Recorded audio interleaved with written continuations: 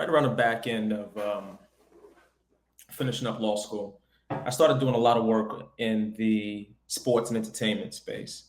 And what was always something that I would make sure that I tell every single artist, musician, rapper, ball player, it didn't matter.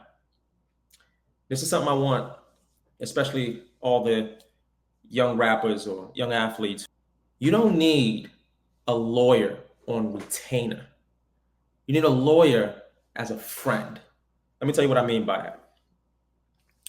You in the club popping bottles, he in the club popping bottles. You at the game, he at the game. You flying first class, he don't gotta be flying first class.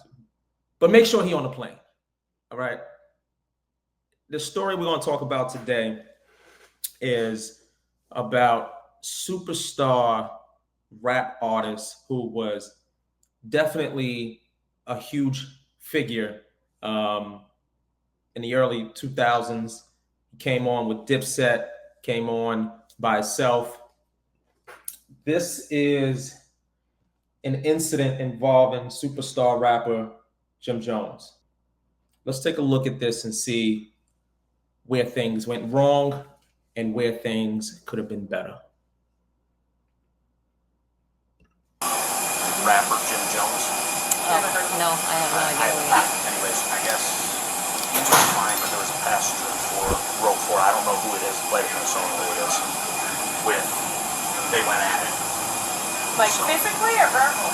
They know verbal for sure. They're not sure if it was physical. Okay.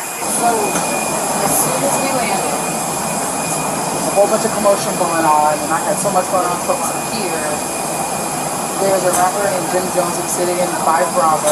I don't know if the people in front of him either touched his bag or touched him, but all I kept hearing was like, "Don't touch me, don't touch me." I think that was Jim Jones saying that, and then they just kept going back and forth, back and forth. I didn't hear any negative or like cussing words come out of their mouth, but it was just a whole lot, and other passengers started getting involved, trying to just like, "Hey, chill out," you know.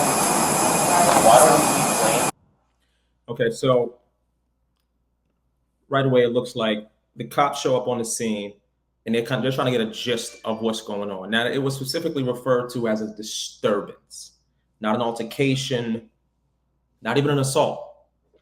That's key. That's very, very important. So what it sounds like is the flight attendant is letting the officers know that 2 individuals were sitting in first class. When the plane landed, it sounds as if Jim Jones was some way, somehow reaching for his bag. And what happened next was him responding to someone else, "Do not touch me." Now, let's see how that plays into the rest of the story.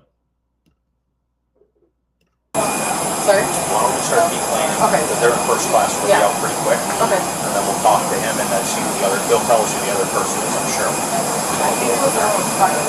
Yeah. Whatever you want. So you're going to take everybody off the plane or just that? We're going to start, they're in first class, so they're going to be the first class. Okay. Just let us know who it is. Yeah. Oh. I was going to say, I don't know what. Yeah. How you doing, sir? All good. Issue We're resolved. going to talk to you really quick. Yeah.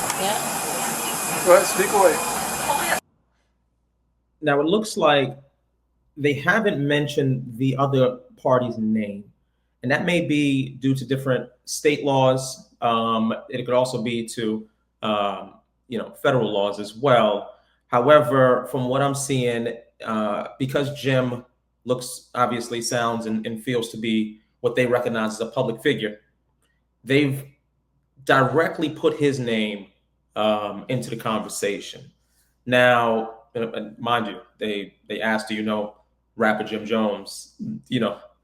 Out the gate, and that's something I want to touch on too, because just that public moniker, just being a public figure, you always have a lot more to lose in a situation, right? So, but the point that I want to touch on, as attorneys, we always want to give context. So rather than person A, person B, let's give these individuals names. I want to call this gentleman here. I want to call him Kev. All right, this is going to be Kevin right here. What happened? There's a minor discussion about people jumping in front of somebody and somebody cut in front of somebody else. It's all good. It's all good. He put his hands up. Okay, now this is Jim Jones, and he clearly they asked him, do you want to have a conversation? It sounds like he doesn't want to have a conversation. And what he said was, he put his hands on me. Okay, do you want to talk? Okay, that's fine. It's good. It's all good. They said, do you want to talk? He says, I'm out of here. Now, I want you to also pay attention to who leaves first and who follows. See, Kevin is still in the camera. Kevin is still in the picture right now. Jim has already, he's probably a good 6-7 feet ahead of where Kevin is standing at now. That may come into play when you're trying to figure these things out. You know what this was, huh? Okay. It's classic. Dramatic, like minutes. Here we go. Guys, stop fighting! That's the escalator. Arrival. Lower level. Guys! Hey! Knock it off! You're jumping Dude, off! it's bleeding! Knock it off! It's torn up against me! Knock it off! Knock it off! They jumping me. Boxer out 2-3. You got. I'm not going nowhere. Ah! I'm not Sit going down. nowhere. Sit your I'm ass gonna down. sit down. Okay, good. They jumping me. Sit down. Yo. Sit down. This is going to be the most tense part because the cops don't know who's who. They have no idea what's what. So the first thing that I want anybody who is watching this right now to realize is that when you're in this situation, hopefully you're never in this situation, but if so, right now is the time where you want to keep as much emotion calm, right? What I love, what just happened with Jim, and this can happen, in a multitude of ways, and that's why I say I love how he handled it. He decided to sit down. So listen, I'm gonna tell you what I'm gonna tell you, but I'm going to do as I was asked. I was asked to sit down. I'm gonna sit down, but I want you to know what's going on. He's not yelling, and it just, it's very, very impressive. Very impressive. Sit your ass down. Hey! Do not hit me. Do not. Stop it. Hey. Stop it. Let go. Let go. Go sit down. You're bleeding. Sit your ass down. I don't care. Sit your ass down now. I just say, sit your ass down. Listen, okay? All right. How many times I gotta tell you to sit your ass down? I don't think we've seen this guy, okay? This is gonna be Donnie, okay? Donnie is clearly looking for some action. But Donnie needs to sit down because his attitude, it looks like he's not trying to do as he was asked. Let's keep watching. Nobody cares. You're not You listening. need to sit. Because you're not listening. Oh, yeah. You're getting. Dude, you're bleeding all over the place. Just stop. Stop. Stop moving. Stop moving. Foxtrot 297. Have a seat. Mind if I stand? No. No, you need to Sitting sit for down. 3 hours. Sit down. Sir, either you get in that seat or I'll put you in that seat. Try it. Touch me on a plane. I didn't say nothing. Yeah. They just tried to get on the shit. I had to protect myself. Yes, Period. that we just went to, and it was supposed to be dispersed, and then it's not. Excuse me. Are you okay? He doesn't know Are yet. you okay? And my left leg is Okay. killing me. We're gonna get an ambulance for you. The other guy got up, put his hands on me. So don't touch me. Also. Don't touch my arm. Okay. I grabbed him. So don't touch me. Pilot called him, walked out, asked me if I need help. I told him the man put his hands on me, but I want to leave. The dude is taunting me. this the whole way. Yeah. Me and him get to tussling. I get down here, the other dude starts jumping on me like he's helping. This guy. And this all originated from the flight. You guys had Yes. words on, and you said he touched you. I got you. You did? I just want to go home. I'm sorry that the old man got into it because he had nothing to do with it. His friend is the one that jumped on me and tried to help him out for no reason. They don't even know. Is he with anybody? I don't know who he's with. He was on my flight. At some point, gentlemen. Now, I want you guys to pay some close attention. When we first started out, as they were deboarding the plane, I mentioned to you guys, look at the procedure, the process in terms of when Jim left and Kevin followed. And now, do you see who is starting to appear as the aggressor, right? Especially what's adding to this is that Jim's demeanor and the way he's communicating, perfection, right? He's controlling his emotions. I know the emotions got to be high, right? He just mentioned that Kevin and Donnie tried to jump him, but he doesn't appear as the aggressor. One, the way he's communicating in his body language is very calm. Two, the officers actually saw when Jim left and then Kevin followed. Now they catch up to them on the escalator. Wait.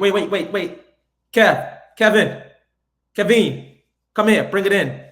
How did you get up? Why are you even following him?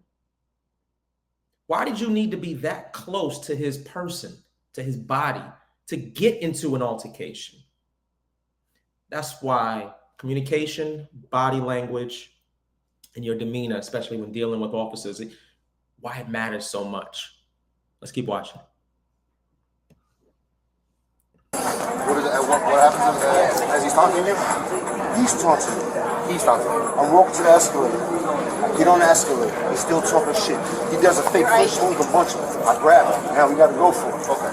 I'm tumbling down the escalator. He comes out of nowhere. He don't even know him. Jumps on top of me like, yeah, you was talking shit. Like, he knows I got him on the plane. Okay. They started with him on the plane. Those two got into it. Those two got into it with him on the plane. We got a little physical. This guy is talking shit to him on the way down. I guess he makes a flinch and fight. They rolled. No. They all rolled in. They were behind us and they rolled down. So they knocked him over and then they knocked me over. Did somebody get shoved? They were coming down the escalator. Were you in front of them? Yes. Okay. It started on the airplane. Yes, we know something started on the airplane. Yeah. How is this guy was the one who was involved too on the plane? Yes, he was involved on the plane. Yes. He's telling me he first got bumped on the plane by the rapper. Yeah, he first got bumped by him. And then when we were up there, there's the guy who's coming out right now from the restroom. He was like, "Are you involved?" He was the one who they said he was involved. It's very, very important to realize officers have to get together and discuss what they've seen to attempt to piece it all together. And a lot of the behavior and the demeanor of everyone involved is going to play a role in how they see the situation, right? So she's remembering just her first interaction with Kevin, this gentleman here with the hat. She's remembering the first set of interactions that she heard from the flight attendant, so on and so forth. And then they're trying to piece it all together. Because we calmed it down, and then those two guys know each other. Those two guys were going at it because they wanted to fight. So you and him know each other. Or are you traveling? From my understanding, this was squashed. Yes, on the plane. This is a byproduct of their problem. But they rolled down the stairs, unfortunately. So when this was all who said started and done, what on the stairs? Sir, did you see what happened on the stairs at the cause of the tumble down? The two guys are fighting. Right, but you know what happened? They were just fighting. They started to go at each other. That's what I'm saying. Did you see who pushed or who shoved or? Well, it was both guys. It was, they're fighting. They roll down the stairs. And they take the old man. I don't see anyone. On his 94th birthday. It's a good birthday gift. What did he have on the plane with the other guy? He also had an objection. Well, what started the whole thing is that, when you get off the plane, everybody from behind waits for the people in front of them to go out. Mm-hmm. So one guy, who I don't have to mention his name, decided that he's going to cut in front of everybody, and I wasn't too happy about that. I was trying to explain, hey, let the people in front of you get out first. So he and I got it. He and I were yelled at each other. No words. We had words, but the other guy came and started this fighting. gentleman, Yeah, take care of him. If you. Okay. If you've ever been on a plane and you realize as soon as that plane lands, those lights come on, everybody hops up out their seat. Now, I, for one, I like to be patient. I like to take my time. There's a lot of people who literally, if they could slide down that back slide, when you have an emergency landing, to hurry up and get off that plane, they would. It sounds as if Kevin was a little upset. He was a little upset at how quickly, specifically, it sounds like Jim Jones, jumped up to get off the plane. At that moment, you have to realize it's not a crime to stand up once the plane has landed. It is a crime to be because what it sounds like is that he was an aggressor. It sounds like he was the one who had a problem with the behavior of Jim Jones. If in fact he put his hands on him in any way, that can be considered an assault. So what you just did, Kevin, was you mentioned where any sort of issue originated, and that you were the one to basically confront. We got to be careful about the things we say when we say it. Let's keep watching. Have his ID, please, before he goes. Let him get up and I'll take care of it. So the bell bing, I got up, tried to go to the joint. A couple people got up. One of these came out some irate. I turned around. I'm like, calm down, it's not that serious. The other dude jumped up, must have been his father, and put his hand on me like he was on some tough shit. I grabbed him and said, calm down, this is on a plane. It's not gonna work, calm down. Stewardess came, I said, I don't want no problem, I just want to get off the plane. I said, cool. The captain asked me before I leave, would you like to do anything? I said, no, I want to leave. Cool. Walking now, the guy's walking behind me. You know how you feel somebody? I turn around, like, what's up, bro? Please don't do this. Like, don't do this. Start saying some profanities. Say it back to him, like, yo, bro, you're gonna get yourself in a bad situation. Get on the escalator. He's one escalator down for me. I'm like, bro, don't do this. He doesn't do this.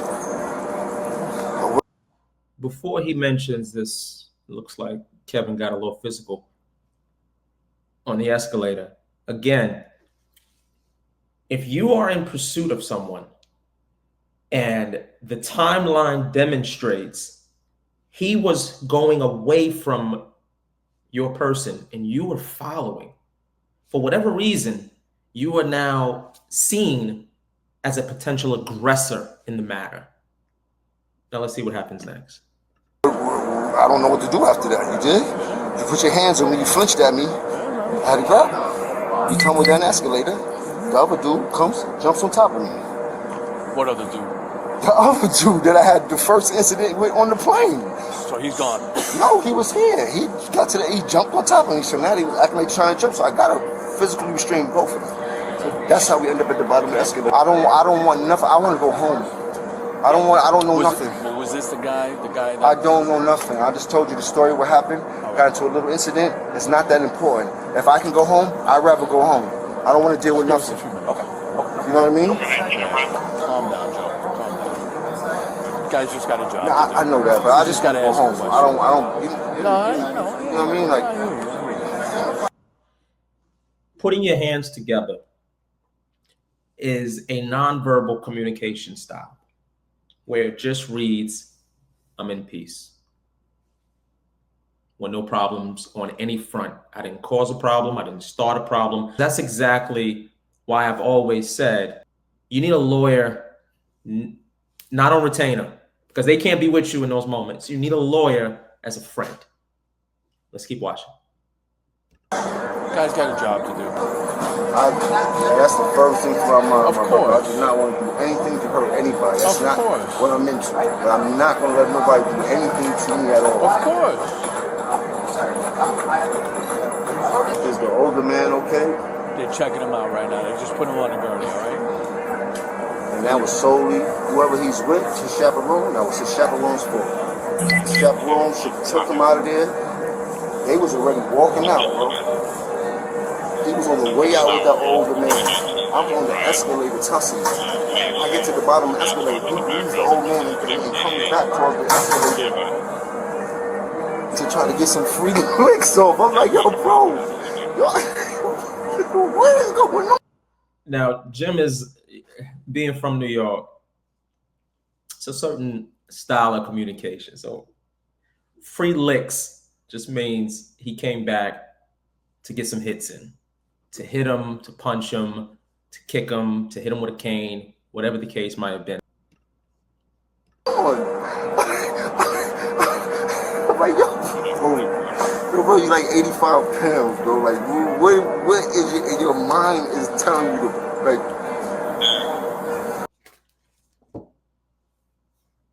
It appears no charges were actually filed.